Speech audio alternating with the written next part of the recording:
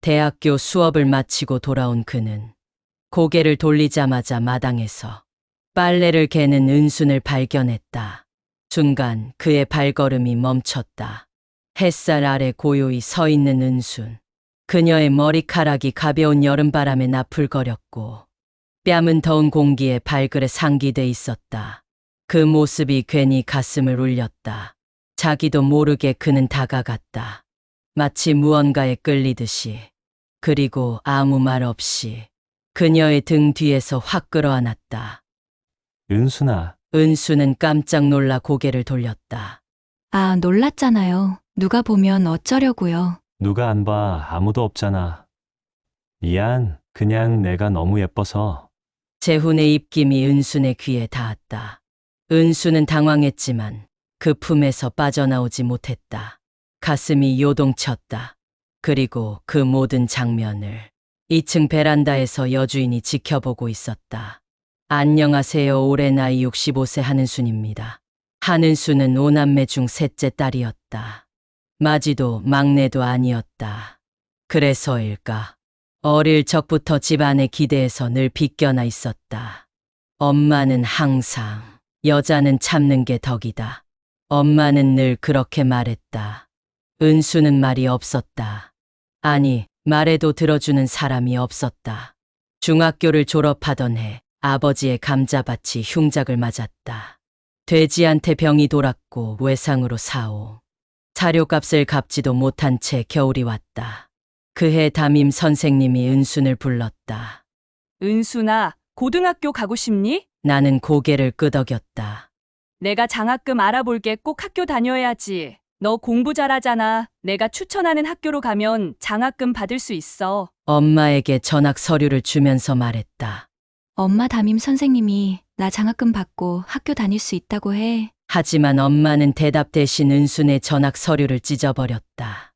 공부는 여자가 무슨 공부를 더 하나. 공부는 아들들이나 하는 거야. 너 중학교만 나와도 많이 배웠다. 너는 서울 가서 식모살이 해.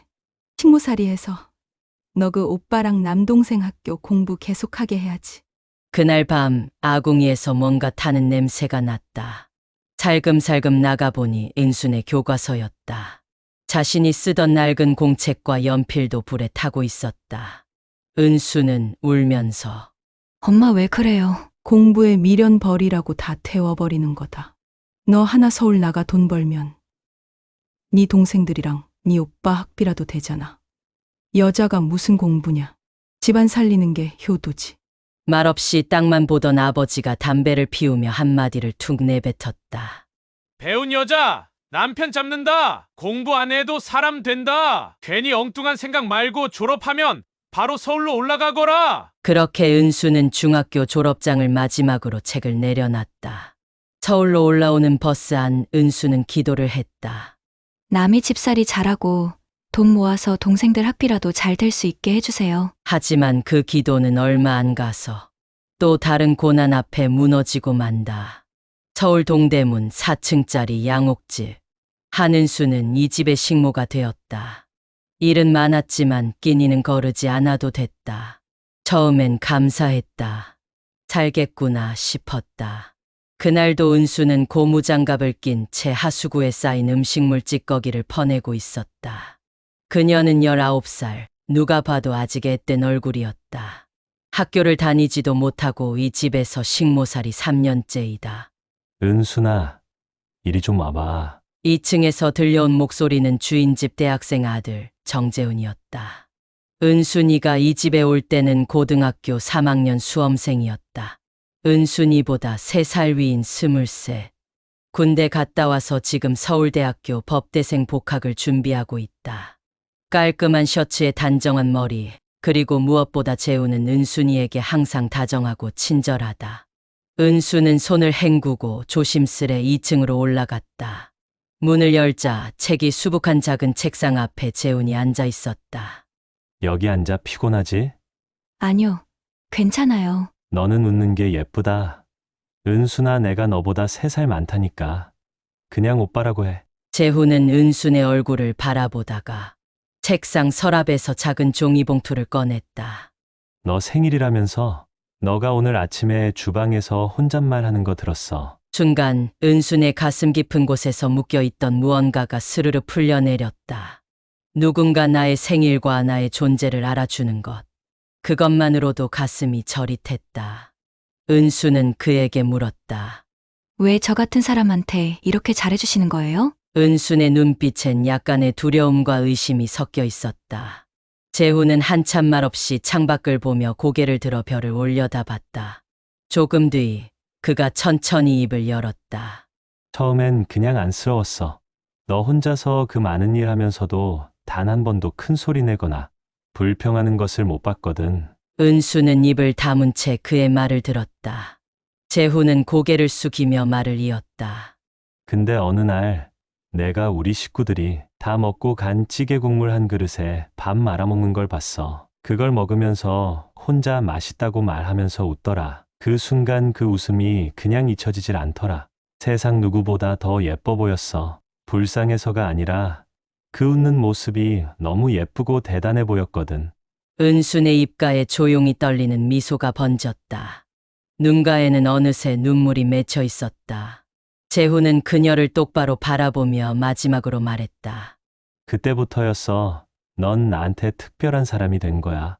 이처럼 재훈이 은순을 진심으로 이해하고 세상의 시선과는 다른 눈으로 그녀를 본 이유를 말해주었다. 그 순간 세상이 조용해졌다. 은수는 입술을 가만히 깨물었고 재훈은 조심스레 그녀의 손을 잡았다. 내가 너한테 부끄럽지 않은 사람이 되게 해줄게. 지금은 아무것도 못 해주지만 그래도 내 진심이야. 은순아, 너는 아직 어리고 젊어 이렇게만 살아선 안 되잖아. 내가 도와줄게. 너 공부도 다시 하고 싶다며? 그날 밤 은수는 몰래 편지를 썼다. 고맙습니다. 저는 오빠 덕분에 다시 꿈을 꿔봐요. 은순의 눈에서 눈물이 흘렀다. 그 밤은 그들의 시작이었다. 비가 오는 날이면 마당에 걸어두었던 젖은 옷을 거두려던 은순에게 그가 뒤에서 우산을 씌워줬다. 어느 여름날 햇살은 밝았고 공기는 무더웠다. 마당 한켠의 나무에는 가지가 푸릇푸릇 무성하다. 나뭇가지가 한들한들게 흔들리고 있었다. 은수는 두 손을 올리며 마당에 널린 빨래를 걷고 있었다. 건조한 여름 햇살에 말라 뻣뻣해진 셔츠와 수건들을 조심스레 걷고 있었다. 살짝 붉어진 손등이 햇빛을 받아 투명하게 반짝였다. 그때 철컥 대문이 열리는 소리가 조용한 마당을 가로질렀다. 정재훈이었다. 학교 수업을 마치고 돌아온 그는 고개를 돌리자마자 마당에서 빨래를 걷는 은순을 발견했다. 순간 그의 발걸음이 멈췄다. 햇살 아래 고요히 서 있는 은순. 그녀의 머리카락이 가벼운 여름바람에 나풀거렸고 뺨은 더운 공기에 발그레 상기돼 있었다. 그 모습이 괜히 가슴을 울렸다. 자기도 모르게 그는 다가갔다. 마치 무언가에 끌리듯이. 그리고 아무 말 없이 그녀의 등 뒤에서 확 끌어안았다. 은순아, 은수는 깜짝 놀라 고개를 돌렸다. 아, 놀랐잖아요. 누가 보면 어쩌려고요. 누가 안 봐. 아무도 없잖아. 미안. 그냥 내가 너무 예뻐서. 재훈의 입김이 은순의 귀에 닿았다. 은수는 당황했지만 그 품에서 빠져나오지 못했다. 가슴이 요동쳤다. 그리고 그 모든 장면을 2층 베란다에서 여주인이 지켜보고 있었다. 창문 너머로 은순과 아들의 모습을 본 그녀의 눈은 서서히 굳어졌다. 눈동자에 그림자가 드리웠다. 입꼬리가 천천히 내려가고 손에 들고 있던 커피잔은 식어갔다. 다음 날 아들이 학교를 간 뒤에 여주인이 불렀다. 너 우리 아들이랑 무슨 사이지? 은수는 주인집 아주머니 재훈 씨의 어머니가 너무 무서웠다. 죄송합니다. 넌 내 처지나 알아? 친모 주제에 감히 우리 아들을 넘봐? 당장 이 집에서 나가. 그날로 은수는 집에서 쫓겨났다. 은수는 서울대 앞 벤치로 갔다. 그냥 가방을 들고 앉아 기다렸다. 정문 앞 느티나무 아래 벤치에서 기다리다 재훈을 만났다. 은순아, 내가 여기 웬일이야. 그리고 그 가방은 뭔데? 사모님께서 우리 사이를 다 아셨어. 당장 나가라고 해서 오빠 만나려고 기다리고 있었어요. 그녀는 임신 중이었다. 한은수는 떨리는 손으로 작은 봉투를 내밉니다. 그 안엔 초음파 사진이 들어 있었다. 이 아이, 오빠 아이야. 그는 잠시 말이 없습니다. 사진을 바라보다 말합니다. 우리 둘이 서울에서 멀리 떨어진 곳으로 나가서 조그맣게라도 시작하자. 내가 알바도 하고 등록금 일부라도 돌려받으면 원룸이라도 얻을 수 있어. 은수는 그 말에 희망을 걸었다. 그날 재훈이가 데리고 간 여관에 들어갔다. 다음 날 재훈이 나타났습니다. 옛날의 따뜻한 눈빛은 없습니다. 그의 눈은 무겁고 흔들립니다. 그리고 그는 말합니다. 은수나 미안해. 지금은 아무것도 해줄 수가 없어. 그럼 나하고 이 아이는? 지금은 어쩔 수 없어. 나중에 꼭 내가 다시 연락할게. 그리고 그는 사라집니다. 재훈이가 돌아올 때까지 기다리기 위해서 여관비를 벌어야 했습니다. 다음 날부터 은수는 근처 국밥집에서 설거지 아르바이트를 합니다. 그러나 재훈이는 다시 오지 않았습니다. 은수는 몇 줄 기다리다 그가 다시는 돌아오지 않을 거라는 걸 받아들이게 됩니다. 그 남자는 아이의 존재를 외면했고 그 외면이 은순에게 2번 다시 사람을 믿지 못하게 만든 깊은 상처로 남게 됩니다.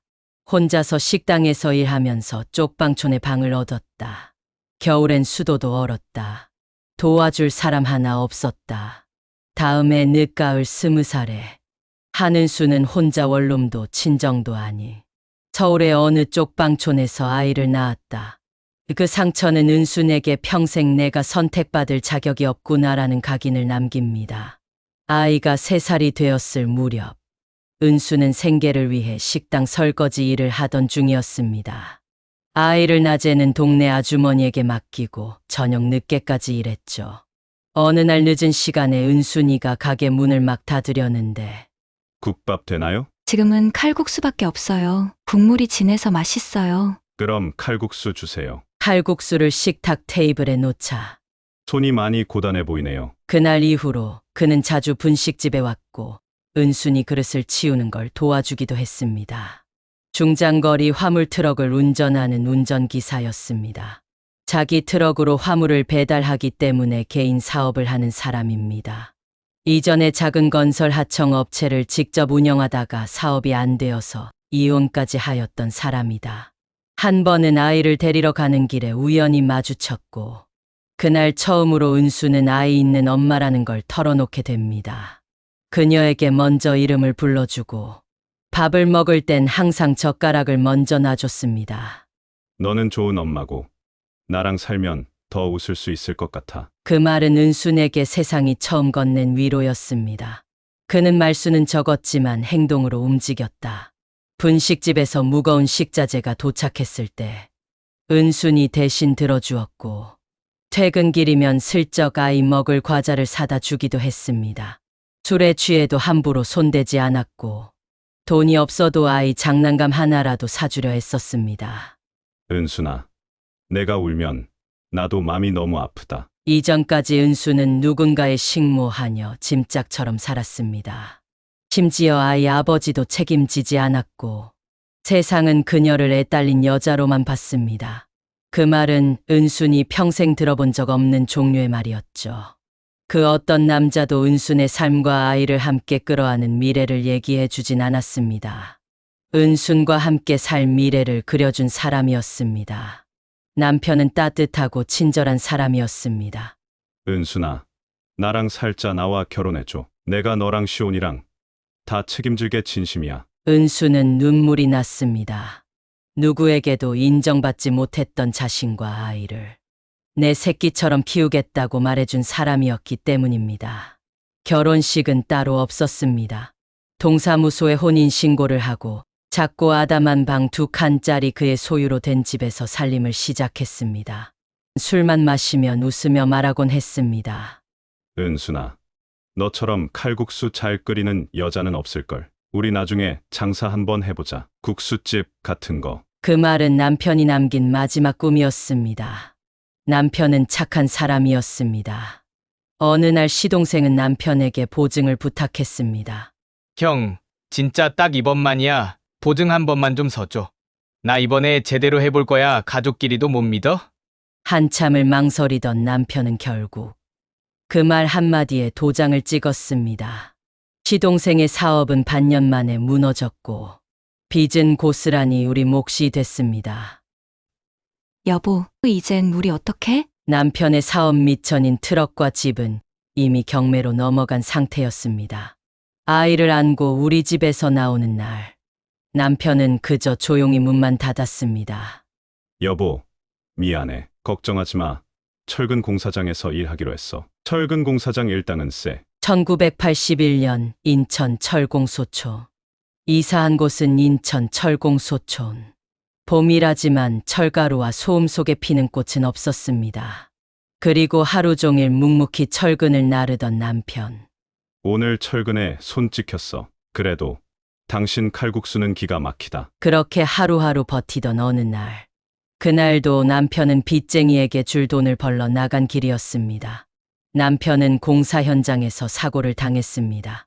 건물 외벽 철골이 무너지며 그를 덮쳤고 그날 저녁 병원에서 사망 선고를 받았습니다. 그 뒤로 아무도 책임져 주지 않았습니다. 보험금도 없었고 사고에 대한 사과도 없었습니다. 오히려 시동생이 말했습니다. 보험금은 제가 알아서 처리할게요. 은수는 고개만 끄덕였습니다. 남편은 은수에게 가장 따뜻했던 봄이었습니다.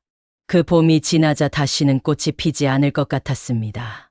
시동생은 겉으로는 나를 안심시키고 도움을 주는 척하지만 실상은 보험금을 자기 명의로 가로채려는 의도였습니다. 은수는 남편이 사고 난 뒤 아무것도 모른 채 시동생이 내미는 서류에 도장만 찍었고 결국 시동생이 보험금을 가지고 사라져버렸다. 결국 시동생 때문에 보증을 서서 지게 된 빚을 은순이가 떠안았다. 그리고 나는 시온이를 데리고 겨우 이 단칸방으로 쫓겨왔다. 단칸방 안 차가운 바람이 창문 틈으로 스며든다. 어둡고 좁은 방 바닥에는 낡은 신문지가 펼쳐져 있다. 한은순이 시온이 곁에 앉아 신문지를 이불처럼 덮어준다. 아들 시온은 5살이 되었다. 엄마, 이불에서 들기름 냄새나. 그래? 신문지 냄새가 좀 그렇지? 그래도 이거라도 없으면 더 추워. 신문지가 이불이라니. 우리 정말 가난한 거야? 그래, 지금은 어렵지만 엄마가 꼭 더 나은 날 만들어줄게. 한은수는 창밖을 바라보며 깊은 한숨을 쉰다. 아들 시온이와 함께 겨울을 견디려고 애를 쓴다. 어둑어둑한 골목길. 은순이 낡은 리어카를 끌고 있다. 은순이는 추워서 입에서 입김이 흩날린다. 은수는 새벽과 점심때 박스를 주워다 판다. 은수는 종이 박스를 끈으로 묶고 있다. 옆에서 담배를 피우던 동네 아주머니가 비웃듯 말한다. 그거 해봐야 1,000원, 2,000원 건지겠어. 허리만 나가지. 은수는 머쓱한 듯 웃으며 대답한다. 그래도 새벽엔 박스가 많아요. 새벽에 박스를 주운 후에 오전 9시에 철공소로 출근한다. 철공소 현장 입구에서 반장이 지시를 내린다. 자, 은순 씨.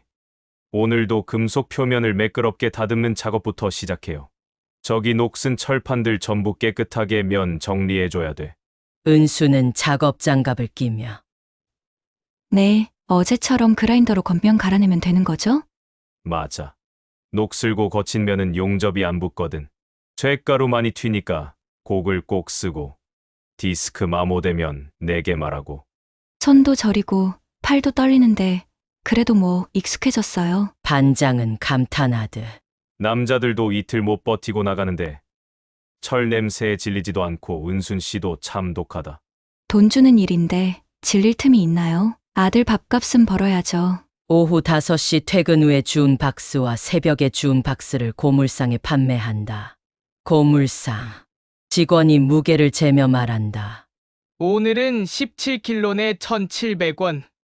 은수는 고개 숙이며 감사합니다. 나는 박스를 팔고 나면 시온이에게 저녁을 먹이고 바로 식당으로 가서 일을 한다. 오후 7시 무렵 허름한 국수집 뒷주방. 김이 모락모락 피어오르고 싱크대엔 설거지 산더미. 은순, 고무장갑에 앞치마를 질끈 동여매고 그릇을 닦고 있다. 은순 씨, 저기 3번 테이블 국수 하나 더 나가야 해요. 빨리 좀 움직여요. 은수는 젖은 손을 앞치마에 닦고 나서 국수를 나른다. 그 순간 홀이 소란스러워진다. 술에 취한 손님이 욕을 하며 종업원에게 소리를 지른다. 이게 국수집이야? 케밥집이야? 이게 뭐야? 미지근하잖아. 손님이 들고 있던 국수 그릇을 획 들어 올리더니 홀이 아닌 뒷 주방 쪽으로 내던진다. 찰나의 순간 국물과 면이 뿌려지며 은순의 머리 위로 떨어진다. 뜨거운 국물이 머리와 목을 타고 흘러내리고 은순은 그대로 얼어붙는다. 식당 주인 헐레벌떡 뛰어오며 아이씨 손님, 뭐 하시는 거예요? 사람한테 그걸. 은순 젖은 머리카락을 쓸어 올리며 조용히. 괜찮아요. 저 그냥 물로 씻으면 돼요. 그녀는 그대로 싱크대 옆 세숫대야에 물을 붓고 머리를 적신다. 눈물인지 물인지 분간되지 않는 표정. 귀갓길 은순의 내면 독배. 늦은 밤 식당에서 나와 비닐봉지에 싸온 음식 찌꺼기를 들고 걷는다. 가로등 불빛 아래 은순의 얼굴은 고요하지만 깊다. 잠시 멈춰 하늘을 올려다본다. 밤하늘에 달 하나. 이런 날도 시온이는 기다리고 있겠지. 집에 가면 웃어야지. 국수 냄새 나도 엄마니까. 다음 날 새벽 박스를 줍는 골목에서 끌차를 끌며 박스를 주우며 은순 조용히 중얼이며 이제는 국수 냄새나는 삶이라도 우리 시온이한텐 따뜻한 국수가 되게 해야지. 그게 내가 할 수 있는 전부야. 내 마지막 힘 다 쓸 거야. 겨울 저녁 단칸방 가스레인지 위에 작은 냄비 하나. 은순은 밀가루 봉지 안을 털어 마지막 가루 한 줌을 손에 턴다. 은순 중얼거리며 오늘 저녁도 이걸로 버텨야겠네. 물컵에 남은 물 한 모금 붓고 멸치 몇 마리 넣어 국물 우림. 엄마, 배고파. 은수는 웃으면서 밀가루 반죽을 치댄다. 조금만 기다려. 엄마가 칼국수 해줄게. 오늘은 뜨끈한 국물의 칼국수다. 반죽을 칼로 얇게 썰어 끓는 물에 툭툭 넣는다. 마늘 한 조각, 들기름 한 방울 단출한 재료. 그러나 방 안에 퍼지는 고소한 냄새. 그때 옆방 이웃 정옥 아주머니가 문틈을 두드린다. 은순 씨, 혹시 못 끓여요? 국수 냄새가 어쩜 이렇게 사람 잡네. 문을 열고 들어오며 은순 허둥지둥. 아, 얘 그냥 집에 밀가루 조금 남아서요. 애 밥 좀 하느라. 정옥 아주머니 큰 숟가락으로 국물 한 모금 떠서 입에 넣으며 세상에, 이게 그냥 끓인 거라고? 어우, 이 국물 어쩜 이렇게 구수해. 칼국수 면도 탱탱하네. 은순 쑥스러워하며 별거 아니에요. 냉장고에 있는 걸로 그냥. 정옥 아주머니 숟가락을 내려놓으며 진지하게. 은순 씨, 나 진심으로 말하는 거예요. 이거 장사해봐요. 요즘 사람들 이런 손만 못 봐. 제대로 해봐요. 진짜. 은순 멍하니 정옥을 바라보다가 국물이 식어가는 냄비를 본다. 속으로. 진짜 내가 뭘 할 수 있을까? 은순 씨, 진짜 장사해보라니까. 시장에 있는 빈 상가 자리에 임시로 칼국수 팔아도 되는지 알아보고 시작해봐요. 은순 고개를 저으며 장사는 무슨 솥도 없고 그릇도 없고 가진 게 없는데요. 정옥 아주머니 조심스레 주섬주섬 봉투를 꺼내. 이거요. 우리의 결혼식 때 축의금 남은 거 30만 원인데 안 갚아도 돼요. 그냥 시작만 해봐요. 은순 두 눈이 붉어져서 이걸 왜 주세요? 저 못 받아요. 정옥 아주머니. 나도 혼자 키운 딸 있어요. 그때 나 도와준 사람 아직도 고맙게 기억해요. 당신도 누군가 다시 일어서는 거 보여줘요. 그 힘든 철공소일 언제까지 할 거야. 위험하기도 하고. 박수 줍는 일도 이제 그만해. 돈을 벌려면 일단 내 사업을 해야지. 아직 젊으니까 도전해봐요. 정옥 아주머니는 은순이 골목 끝 집으로 이사 온 첫날 낯선 얼굴에 경계심을 감추지 못하던 다른 이웃들과 달리 나에게 친절하게 대해 주셨다. 그날 저녁 김치 담그던 정옥이 김칫국 한 그릇을 들려주었다. 가끔은 빈 반찬통에 반찬을 다시 채워주기도 했다. 나에게 항상 호의적이신 정옥 아줌마의 도움으로 용기를 내었다. 은수는 철공소 일과 폐지 줍는 일을 그만두고 본업으로 칼국수집을 해보기로 결심한다. 정옥 아주머니가 준 30만 원을 들고 은수는 중고 주방용품 가게로 갑니다. 그녀에겐 솥 하나, 국자 하나도 선택이 아니라 도전입니다. 가게 입구, 중고 식당 집기 판매라는 간판을 보고 들어간다. 은수는 문 앞에서 멈춰 서서 30만 원이면 시작할 수 있을까? 아니, 어떻게든 해내야 돼. 가게 주인 안에서 나오며 은수는 주저하다가 칼국수 팔려고요. 제일 저렴한 소치랑 가스렌지. 그릇 몇 개 그거 살 수 있을까요? 가게 주인은 은순을 위아래로 훑어보며 국자랑 국수 그릇 4개는 그냥 가져가요. 정말 감사합니다. 꼭 다시 올게요. 단골 될게요. 국수집 시작 전날 정옥 아줌마는 은순 씨 나도 그랬어요. 남편 죽고 딸 하나 데리고 쫓겨나서 빈 국그릇에 물 말아 먹인 날도 있었어요. 힘내고 은순 씨 대박 나세요. 고맙습니다. 정옥 아줌마가 가시고 은수는 집기류를 천으로 닦으며 이 국자야, 내가 내 손 대신 말해줘야 해. 이 국수가 우리 마지막 자존심이니까. 국수집 첫 장날 은순 떨리는 손으로 국수를 젓으며 이 냄비 하나로 우리 인생도 다시 끌어오를 수 있을까. 메뉴판은 은순이네 손칼국수 한 그릇 3,000원. 은순 가게 문을 여는 손이 떨린다. 시작이네. 설마 오늘 하루 한 그릇도 안 나가진 않겠지? 점심시간에 손님이 한 명도 오지 않았다. 은수는 육수를 끓이며 혼잣말을 한다. 향은 괜찮은데 사람들이 안 지나가. 이 골목 너무 외진 걸까? 그때 문이 삐걱 열리며 한 노인이 들어온다. 칼국수 한 그릇 됩니까? 은순 깜짝 놀라며 아, 네. 감사합니다. 바로 드릴게요. 은수는 떨리는 손으로 반죽을 펴고 칼로 면을 썬다. 면을 넣고 삶는 동안 냄새가 퍼지고 은순의 손엔 땀이 난다. 노인 국물을 한 숟갈 뜨며 이거 진국이구먼. 당신 손맛 있네. 은순 고개를 숙이며 감사합니다. 은순 장부를 펼쳐보며 오늘 매상 칼국수 2그릇 6,000원. 아들 시온이가 왔다. 엄마, 나 과자 하나만 사 먹으면 안 돼? 오늘 손님 덕분에 우리 시온이 간식 사 먹을 수 있게 됐네. 여기 500원 가져가서 과자 사 먹어. 엄마는 오늘 성공했어. 6,000원. 그게 전부였지만 그날 나는 포기하지 않았다. 국수 한 그릇의 온기가 내게 말해줬다. 살아낼 수 있다고. 이틀 뒤 점심 무렵 은순이 혼자 조용히 반죽을 하고 있다. 문이 열리며 노인이 다시 들어온다. 노인 익숙한 듯 웃으며 칼국수 한 그릇 되지요? 은순 놀란 눈으로 반기며 노인 앉으며 이 근처 사는 친구들이랑 경로당 사람들한테 말했어요. 당신 칼국수 국물 맛이 진짜라고. 오늘은 둘이 더 올 겁니다. 내가 이리로 오라고 했어요. 잠시 후 문이 열리고 두 노인이 더 들어온다. 은수는 놀란 듯 반죽을 다시 꺼낸다. 다음 날 아침 은순이 가게 청소를 하던 중 문이 벌컥 열리고 동네 아주머니 정옥이 김치통을 들고 들어온다.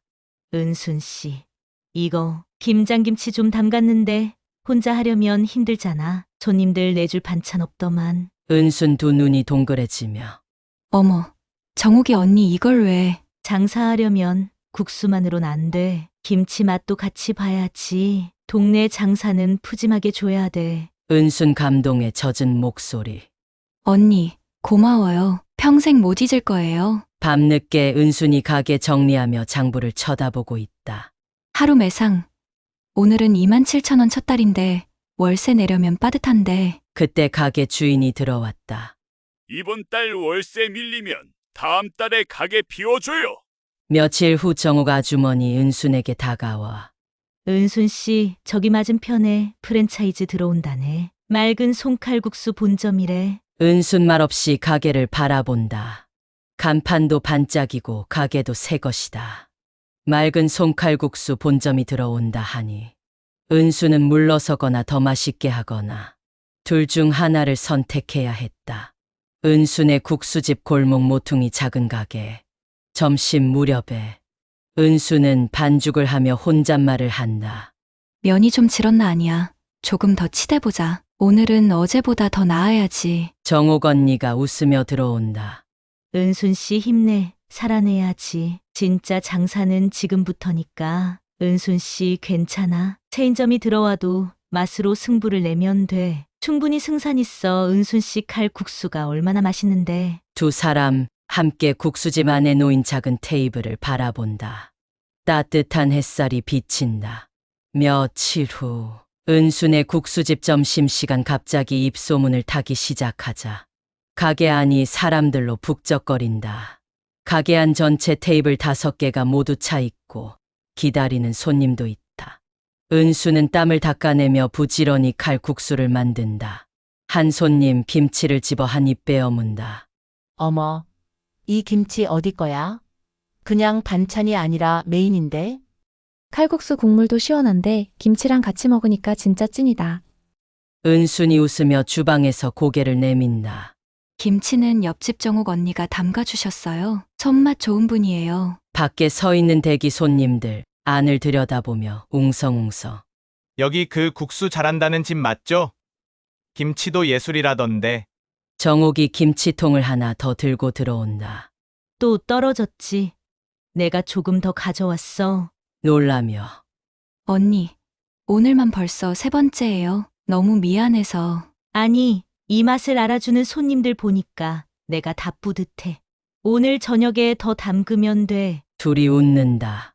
주방엔 김이 피어오르고 손님들은 웃으며 식사를 이어간다. 맑은 손칼국수 본점은 은순이네 칼국수를 따라오지 못했다. 은순, 문득 가게를 둘러보며 조용히 속으로 말한다. 남편 없이 맞는 첫 겨울 이렇게 따뜻하게 올 줄 몰랐네. 정옥 아줌마 김치 맛이 대박을 치며 공동사업을 같이 하게 되었다. 은순이네 칼국수집은 가게를 3번이나 거듭 확장하면서 이제는 지역의 맛집 명소가 되었다.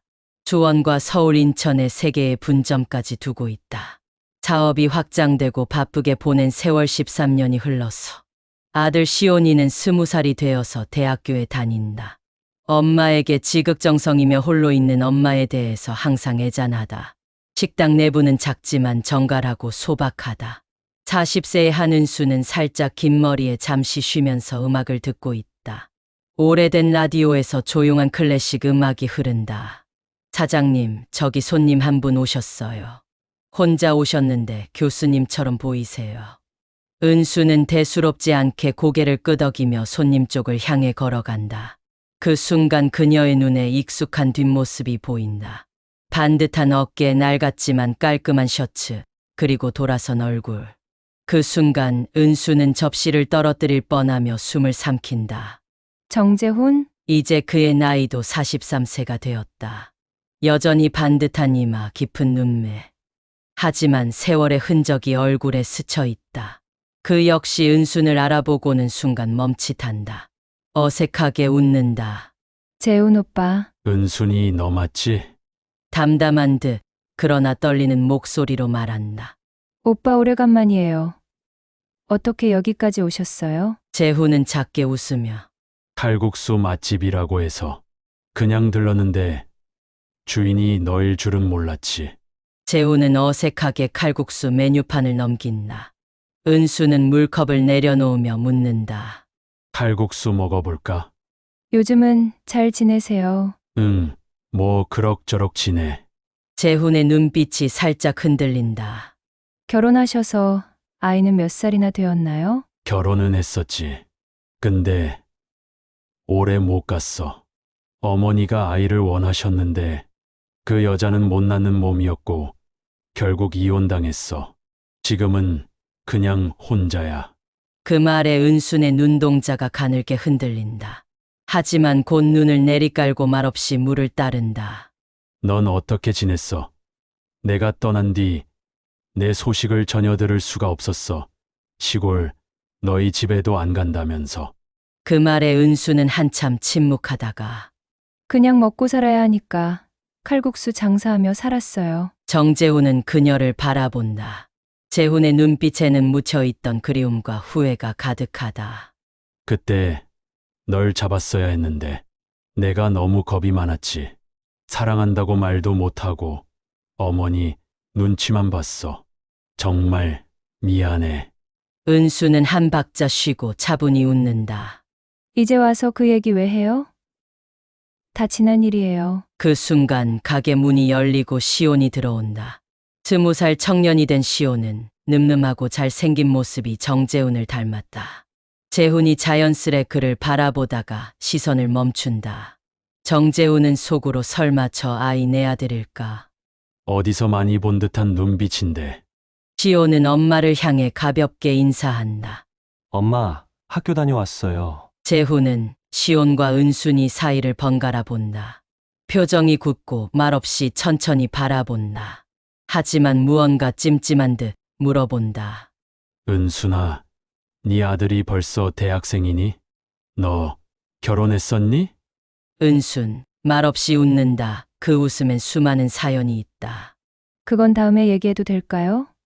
지금은 칼국수 드실래요? 정재훈은 고개를 끄덕인다. 칼국수를 다 먹고 나서 여전히 은순이가 하는 칼국수는 정말 맛있구나. 재훈이 돌아가고 나서 창밖엔 봄 햇살이 번지고 오래된 라디오에선 이문세의 옛사랑이 흐른다. 기억하나요? 그대를 기억하나요? 나를. 우리 사랑했던 날들을. 은수는 오래도록 마음속에 담아뒀던 이야기를 꺼내기로 결심했다. 재훈이 자손이 없으니 꼬장꼬장한 시온이 할머니도 손자를 보면 반가워하겠네. 시온아, 내가 알아야 할 사람이 있어. 밤늦은 거실 은순의 목소리는 떨렸지만 담담했다. 시온은 놀라며 눈을 들어 어머니를 바라봤다. 엄마, 무슨 말씀이세요? 은수는 깊은 숨을 내쉬고 떨리는 손으로 시온의 손을 꼭 잡았다. 내 아버지가 누구인지 알려줄게. 너는 정씨야. 아버지 이름은 정재훈이야. 너는 그 사람의 아들이란다. 시온은 순간 얼어붙었다. 그 사람은 엄마와 나를 버렸다면서요. 그 사람, 엄마를 힘들게 한 그 사람 말인가요? 은수는 고개를 끄덕였다. 맞아, 그땐 너도 몰랐고 나도 어쩔 수 없었어. 내가 상처받을까봐 숨겼단다. 시온의 마음 한편에는 분노가 차올랐지만 이상하게도 가슴 한켠엔 설렘이 피어올랐다. 아빠가 나를 몰랐던 거잖아요. 그런데 그 사람은 좋은 집안이라며? 응. 내 할머니는 그 사실을 전혀 몰라. 명예도 있고 재력도 있는 집안이지. 시온은 잠시 눈을 감고 깊은 생각에 잠겼다. 내가 그 집안에 가도 될까? 엄마한테 너무 큰 상처 준 사람인데. 은수는 부드럽게 미소 지었다. 내가 옆에서 지켜줄게. 내 앞날이 더 빛날 수 있게 도와주고 싶어. 시온은 복잡한 감정으로 고개를 끄덕이며 말했다. 엄마, 나도 그 사람 만나볼래. 진짜 내 아빠인지 내 눈으로 확인하고 싶어. 은수는 눈물을 흘리며 말했다. 그래. 이제는 두려워하지 말고 천천히 시작하자. 며칠 후 국수집 문이 익숙하게 열리고 재훈이 다시 들어왔다. 은순이 반갑게 맞았다. 오셨어요. 재훈 오빠. 오빠, 오늘은 중요한 얘기를 하려고 오라고 했어. 오빠 눈치챘겠지만 시온이 오빠 아들야. 그때 임신했던 아이 낳아서 내가 키웠어. 지금은 20살. 대학 다녀. 오빠 닮아서 아주 똑똑해. 그때 본 아이가 오빠 아들이야. 재훈은 멍하니 말이 없다. 손이 테이블 위에서 떨린다. 그는 은순의 눈을 바라보려 애쓰지만 눈물이 먼저 흐른다. 재훈은 눈물 섞인 목소리로 고생 참 많이 했겠다. 시온이 하나 보고 견뎠어요. 지난번에 오빠 다녀간 후에 시온이한테 다 말했어요. 너의 친아빠 한번 만나보라고 했어. 시온이가 처음에 많이 놀랬어. 재훈이 묵묵히 듣다가 입을 열었다. 시온이 내 아들이라니 난 만나고 싶어. 은수는 담담하게 말했다. 시온이는 오빠를 미워하기도 하고 혼란스러워하기도 해. 하지만 그 속엔 설렘도 있어요. 재훈은 잠시 생각에 잠겼다가 말했다. 그렇다면 직접 만나야겠다. 은수는 살짝 미소 지으며 말했다. 오빠가 오늘 저녁에 다시 가게로 와. 시온이도 올 거야. 재훈은 고개를 끄덕이며 말했다. 알았어. 시온이 보고 싶다. 그날 저녁 아빠와 아들은 서로를 마주하며 아직은 어색하지만 새로운 인연이 시작되었다. 저녁 노을이 국수집 창문 너머로 붉게 물들었다. 은순이 미리 자리를 잡아두었다. 작은 원탁에 시온이와 정재훈이 마주 앉았다. 시온은 긴장한 듯 손가락을 꼼지락거리며 눈을 피했다. 정재훈은 가슴 한켠이 무겁게 내려앉는 듯한 표정으로 그를 바라봤다. 안녕, 시온아. 재훈이 조심스레 말을 건넸다. 네. 시온은 작은 목소리로 대답했다. 은순이 살짝 미소 지으며 두 사람 사이를 잇는다. 이제 서로에게 조금씩 마음을 열어봐. 어렵겠지만 한 걸음씩. 재훈이 한숨을 내쉬며 말했다. 내가 많이 늦었지. 내 엄마도, 너도, 나도 모두 상처받았을 거야. 시온이 눈을 마주치지 못하고 고개를 숙였다. 처음부터 알았다면 이렇게까지 힘들진 않았을 텐데. 재훈은 젖은 눈빛으로 대답했다. 하지만 지금부터라도 아버지로서 내 옆에 있고 싶어. 시온은 잠시 말을 멈추다 힘겹게 입을 열었다. 엄마가 혼자 힘들게 키웠다는 걸 아셔야 해요. 재훈은 고개를 끄덕이며 조용히 말했다. 내 엄마가 얼마나 고생했는지 알고 있다. 짧은 침묵 사이 은순이 차 한 잔을 내밀었다. 따뜻한 칼국수 한 그릇처럼 마음도 천천히 녹여가면 돼. 시온이 조심스레 눈을 들어 재훈을 바라봤다. 아버지라고 불러도 될까요? 재훈은 눈시울을 붉히며 고개를 끄덕였다. 그래. 내 아들아, 이제 함께 살자. 시온이에게는 할머니도 계셔. 널 보면 부둥켜 안고 기뻐하실 거야. 그날 국수집 작은 원탁에서 두 사람은 서로의 상처를 조금씩 감싸 안으며 새로운 시작을 맞이했다. 정재훈이 어머니에게 말했다. 엄마 옛날에 은순이 알지? 그래 알지. 은순이가 20년 동안 내 아이를 키우고 있었어. 엄마 나한테 아들이 있어.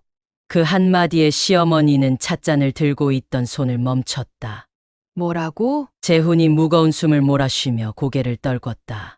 그때 은순이가 임신 중이었어요. 그 아이를 낳았어요. 내가 엄마가 무서워서 그 얘기를 못하고 은순이를 버렸어. 두려웠고 무서웠어요. 엄마가 은순이를 받아들이지 않았으니까 내가 죽일 놈이었어요. 잠시 정적이 흘렀다. 시어머니는 눈을 크게 뜨고 재훈을 바라보다가 소파에 천천히 몸을 기댔다. 그녀의 목소리가 떨렸다. 젊고 혈기왕성한 너를 여자 곁에 두면 안 돼서 내가 내쫓았지. 임신한 줄도 모르고 내가 잘못했구나. 침묵. 방 안의 시계 소리만 커다랗게 울렸다. 근데 그 아이가 살아있다고? 내 아들이 있다고? 재훈은 고개를 끄덕였다. 20살이야. 이제 성인이 됐어. 이름은 시온이래. 정시온이 되는 거지.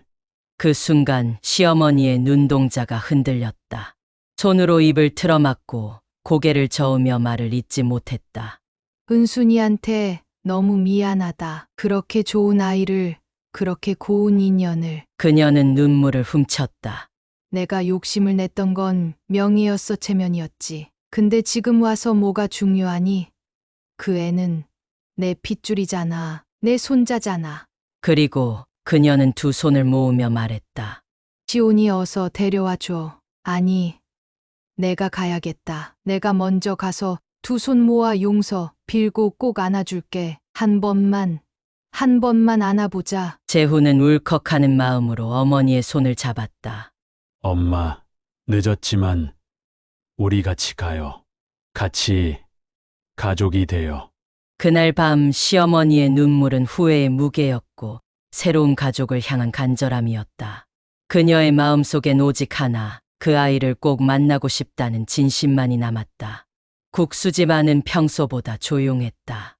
점심시간이 훌쩍 지나고 손님도 하나둘 빠져나간 뒤 은수는 뒤치락거리는 손을 멈추고 주방에서 나왔다. 재훈은 문 앞에서 어머니를 부축하며 들어왔다. 그 뒤로 시온이 긴장한 얼굴로 따라 들어섰다. 어서 오세요, 사모님. 사모님이 뭔 소리냐? 어머니라고 해야지. 내 아들이 내 손자 아니냐? 은순의 목소리는 차분했지만 두 눈은 떨리고 있었다. 네, 어머니. 재훈은 어머니를 앉히며 말했다. 우리 같이 이야기 나눌 시간이 된 것 같아서요. 잠시 정마. 은수는 조용히 시온에게 눈짓을 보냈다. 시온은 고개를 끄덕이며 은순 옆에 앉았다. 재훈은 시온이 옆에, 시어머니는 은순 옆에 앉았다. 시어머니는 시온을 바라보며 떨리는 목소리로 입을 열었다. 저는 시온입니다. 할머니는 한참을 그를 바라보다가 떨리는 손으로 시온의 두 뺨을 감싸 안았다. 이럴 수가 이게 내 피였구나. 아들 얼굴도 보이고 어릴 적 재훈이 말투도 그대로 내 세상에 이리 오너라. 내 손자야. 시온은 순간 당황했지만 자리에서 일어나 이내 그녀의 품 안으로 조용히 안겼다. 내가 그 시절 참 못된 시어미였어. 내 엄마한테도 내 아들한테도 그리고 너한텐 더더욱. 그런데도 이렇게 만나줘서 고맙다. 이 은혜 평생 갚고 싶다. 시온은 말없이 고개를 끄덕였다. 시어머니는 손을 내밀며 말했다. 너는 정씨란다. 정재훈의 아들. 내 손자야. 정시온. 피를 속일 수 없구나. 내 아버지 젊었을 때랑 똑같구나. 말끝에 눈물이 맺혔다. 시온은 잠시 아무 말이 없었다. 그동안 자신을 홀로 키운 엄마만을 바라보며 자랐던 그는 정씨라는 성이 낯설기도 하고 낯설지 않기도 했다. 하지만 그의 눈엔 어딘가 모르게 보고 싶었던 가족의 무늬가 그려지고 있었다. 몰랐어요. 제가 누군지. 엄마가 오래 고민하셨어요. 시어머니는 고개를 끄덕이며 이번엔 은순을 바라봤다. 은순아, 너무 늦었지만 정말 미안하구나. 그때 내가 널 얼마나 아프게 했는지 지금에서야 안다. 그녀는 떨리는 손으로 은순의 손등을 잡았다. 넌 혼자 그 긴 세월을 애 키우고 살림하고 얼마나 힘들었을까. 그 모든 날들에 내가 그림자처럼 어두웠을 거야. 용서해다오. 은수는 한참 아무 말 없이 그녀의 손을 바라보다가 조용히 고개를 숙였다. 그때는 원망했어요. 하지만 이제는 저도 그 시간이 저를 키워줬다는 걸 알아요. 우리 아이만은 그렇게 살지 않길 바랐고요. 시온은 조용히 앉아 있다가 입을 열었다. 할머니, 시어머니는 눈을 반짝이며 바라봤다. 응, 시온아? 저 아직은 어색하지만 가족이 생기니까 좋아요. 엄마가 괜찮다면 저도 괜찮아요. 그 한마디에 시어머니는 흐느끼며 시온의 손을 잡았다. 재훈은 그 모습을 조용히 바라보다가 은순에게 시선을 옮겼다. 이제 우리는 가족이 맞지? 은수는 살며시 미소 지으며 고개를 끄덕였다. 그래요. 우리가 이제야 다시 시작하네요. 그 순간 칼국수집 창밖으로 늦봄 햇살이 비쳤다. 기다림도 오해도 상처도 모두 국물처럼 천천히 풀리는 듯했다. 그들은 칼국수를 말아 함께 식사를 시작했다. 국물 속에서 지난 세월이 녹아내리고 희망이 피어나는 따뜻한 시간이 흐르고 있었다. 시온과 시어머니가 돌아가고 가게 안은 조용해졌다. 뒷마당에서 잔디를 밟으며 걷고 있었다. 많이 고생했겠구나. 재훈의 목소리가 뒤에서 들렸다. 은수는 천천히 고개를 돌려 그를 바라보았다. 둘은 잔디밭에 앉았다. 고생 참 많이 했죠. 시온이 하나 보고 견뎠어요. 재훈은 무겁게 고개를 끄덕이며 바닥에 앉았다. 그때 용기를 내지 못해서 미안하다. 그때 엄마한테 은순이가 임신했다고 말을 했어야 되는데, 그러면 우리는 헤어지지 않을 수도 있었을 텐데, 그게 두고두고 후회했어. 재훈의 눈이 붉어졌다. 무서웠어. 내가 약했어.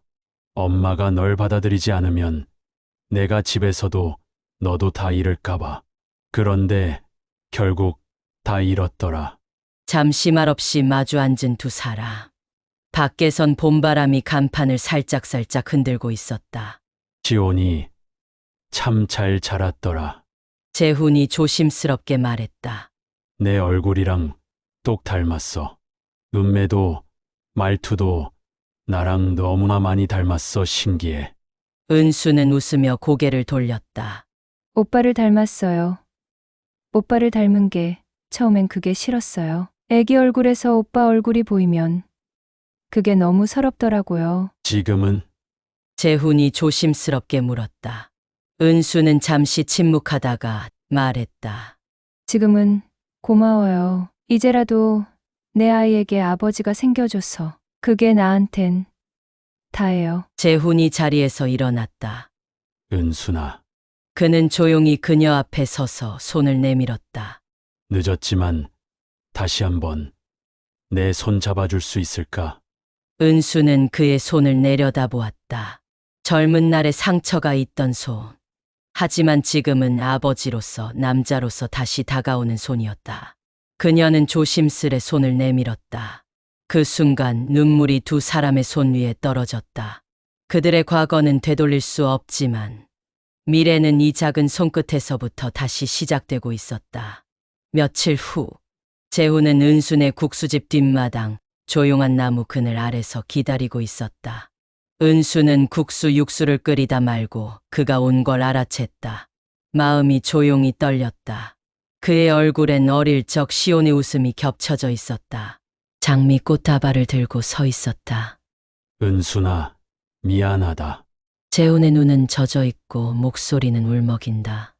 이 꽃으로 널 위로하고 싶구나. 내 마음이야 받아줘. 그동안 잘 견뎌주고 살아있어줘서 고마워. 그땐 정말 바보처럼 겁만 많았어. 은수는 조용히 앉아 그를 바라보았다. 그때는 그랬지. 너도 어렸고 나도 어렸고. 근데 말야, 지금은 내 아들이 내 얼굴을 닮았다는 이유만으로 울컥하더라. 재훈은 그녀의 손을 천천히 잡았다. 예전처럼 조심스럽지만 이번엔 놓지 않으리라는 다짐처럼 든든했다. 다시 함께 할 수 있을까? 늦었지만 이제는 놓치고 싶지 않아. 은순이는 장미꽃을 받아들이면서 고개를 끄덕였다. 그래, 우리 시온이한테도 부끄럽지 않게 살아보자. 며칠 뒤 시온은 재훈의 어머니에게 결혼 허락을 받기 위해 정식으로 찾아가 인사했다. 한 달 후 칼국수집 작은 마당에 봄 햇살이 따스하다. 은순과 정재훈의 조촐하지만 진심 가득한 재혼식이 끝나고 가족들이 웃으며 기념사진을 찍는다. 저 멀리 잘 차려입었지만 어딘가 뻣뻣한 두 사람이 앉아있다. 은순의 친정부모다. 은수는 천천히 걸어가 친정부모님 앞에 선다. 세월의 흔적이 역력한 얼굴. 하지만 눈빛만큼은 오히려 예전보다 또렷하다. 왔어요. 엄마, 아빠. 어머니는 뭔가 말하려다 입을 다문다. 아버지는 그저 하고 시선을 돌린다. 엄마, 아빠. 오늘은 내가 내 인생에서 가장 좋은 날이에요. 아들, 남편. 그리고 내가 이룬 국수집이 다 이 자리에 있거든요. 내가 혼자 힘으로 만든 거예요. 여자로 태어나면 공부는 필요 없다고, 밥만 먹여주면 된다고 하셨죠. 그래서 난 식모살이 나갔고 혼자 아이 낳고 혼자 국수를 말았어요. 어머니의 손이 가늘게 떨린다.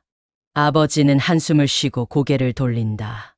아들이라고 그렇게 예뻐하셨잖아요. 그런데 지금 그 아들들이 엄마 아빠랑 살기 싫다잖아요. 용돈 한 푼을 안 보내주잖아요. 다 컸다고, 바쁘다고, 엄마 아빠 떠밀고. 그렇게 잘난 아들들이 결국 엄마 아빠 손 한번 잡아주나요? 은수는 한 걸음 다가서며 고개를 든다. 그 목소리는 흔들리지 않고 담담하지만 당당하다.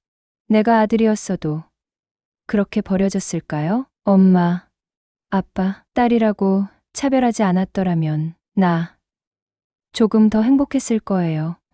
오늘은 처음이자 마지막으로 이 말 하고 싶었어요. 그러자 어머니가 무표정하게 말한다. 그래도 딸보단 아들이지. 넌 아직도 우리 집안 애는 아니다. 넌 그냥 잘된 거지. 순간 은순의 눈에 눈물이 차오른다. 하지만 떨어지지 않는다. 그녀는 고개를 끄덕이며 말한다. 맞아요. 나 이제 엄마 아빠 집에 아니에요. 이제 내 집 있어요. 내 가족 있고요. 오늘 이 순간부터 난 내가 만든 가족만 보고 살 거예요. 엄마 아빠도 건강하세요. 은수는 뒤돌아서 천천히 국수집 쪽으로 걸어간다.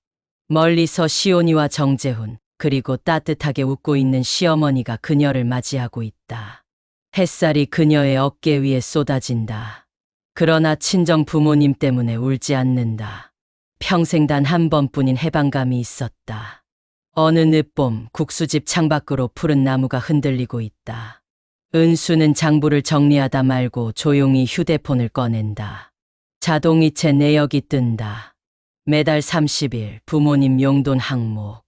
크지도 작지도 않은 금액. 20만 원. 시온이 그걸 옆에서 보고 물었다. 엄마, 나 어렸을 때부터 시골 할머니 할아버지한테 돈 보내드렸잖아. 아직도 보내? 은수는 고개를 끄덕인다. 그래도 부모니까 나 낳아준 거. 그거 하나로도 평생 의무가 생긴다고 생각했거든. 딸이라고 안 아끼셨지만 그래도 난 딸로 살아. 시온은 말없이 엄마를 바라본다. 그 말 속에 있는 서운함과 너그러움이 얽힌 감정의 결이 너무 커서 아무 말도 할 수 없었다. 은수는 덤덤히 웃으며 국수를 저으며 덧붙인다. 친정에 보내는 그 돈은 내 마음의 끝이야. 더 바라지도 않고 더 갚지도 않아. 다만 내가 그들을 미워하지 않고 살기 위한 나만의 방식이지. 그날 저녁 친정부모의 시골집. 검소하게 정돈된 택배 상자 안에 손편지 한 장이 들어 있었다. 엄마, 아빠, 올해도 잘 지내세요. 김장은 작년에 드린 만큼 김치통에 담아서 보낸 거예요. 저는 잘 지냅니다. 걱정 마세요. 편지 아래 조용히 놓인 자동이체 내역서. 아무 말도 하지 않지만 어머니는 눈가를 손등으로 훔친다. 아버지는 조용히 말했다. 딸이 사람 노릇하네. 그 말 한마디에 방 안은 조용히 오래도록 고요했다. 가장 가슴 아픈 방식으로 버려졌지만 그 아픔을 짊어지고도 누군가를 책임질 수 있는 사람이 되었다.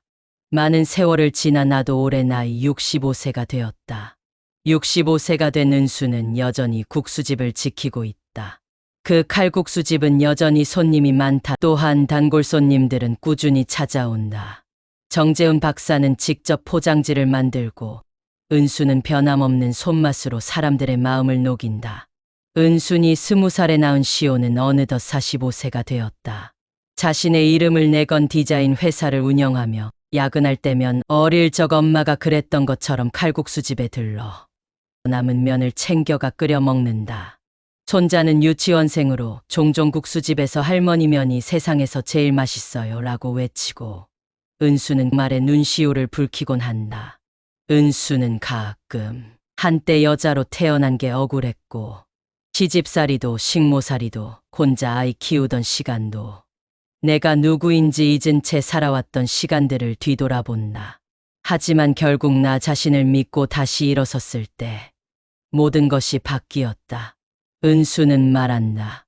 나는 아직도 그때 그 국수집에 살고 있어요. 사람은 결국 가장 힘든 시간을 품은 곳에서 가장 깊은 쉼을 찾게 되더군요. 내 인생이 누군가에게 위로가 되었다면 그걸로 나는 잘 살아온 거라고 생각해요. 감사합니다. 이 이야기를 끝까지 들어주시고 함께 울고 웃어주셔서 정말 감사합니다. 처음 국수집을 시작할 땐 그저 먹고 살기 바빴고 하루하루 눈치 보고 울기도 했죠. 하지만 지금은 매일, 매 계절, 해가 바뀌는 게 참 감사하고 소중합니다. 첫사랑과 다시 만나 날마다 신혼처럼 살고 있으니까요. 인생은 정말 모르는 거예요. 시어머니요. 지금도 함께 살고 있어요. 80대 후반이신데도 참 정정하시고 따뜻하세요. 아직도 가끔 저에게 미안하다고 하세요. 서로 상처도 많았지만 지금은 웃으며 밥 먹고 국수 뽑고 같은 풍경을 바라보고 있답니다. 마지막으로 은수는 인생을 돌아보며 한마디 조언을 건넨다. 절망은 없습니다. 사람은 모두 귀합니다. 나이 들었다고 위축될 필요 없습니다. 여전히 나는 내 삶의 주인입니다. 누구에게 기대기보다 이제는 나 자신을 더 소중히 여기며 살아가야 합니다. 자식에게 모든 걸 걸지 마세요. 그들도 그들 삶을 살아가야 하니까요. 내가 나를 지켜야 합니다. 내가 나를 믿어야 합니다. 나를 사랑하고 내 삶의 마지막 장면까지 품위 있게 꿋꿋하게 버텨낼 힘이 내 안에 있음을 잊지 마세요. 이제는 누가 날 챙겨주길 바라기보다 내가 나를 따뜻하게 안아줄 시간입니다. 누구보다 소중한 나 자신에게 가장 따뜻한 사랑을 주며 살아가세요. 저는 매일 제 자신에게 말해요. 끝까지 살아줘서 고맙다고요. 여러분도 자신에게 꼭 그렇게 말해주세요. 괜찮아.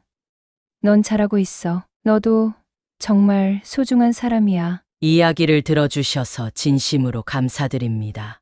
앞으로도 많은 이야기와 따뜻한 순간들로 찾아뵐게요. 구독과 좋아요, 알람 설정은 큰 힘이 됩니다. 그리고 댓글로 여러분의 생각과 응원을 나눠주세요. 여러분과 함께 걸어가는 이 길이 더욱 빛날 수 있도록 계속해서 소통하며 성장하겠습니다. 감사합니다. 사랑합니다.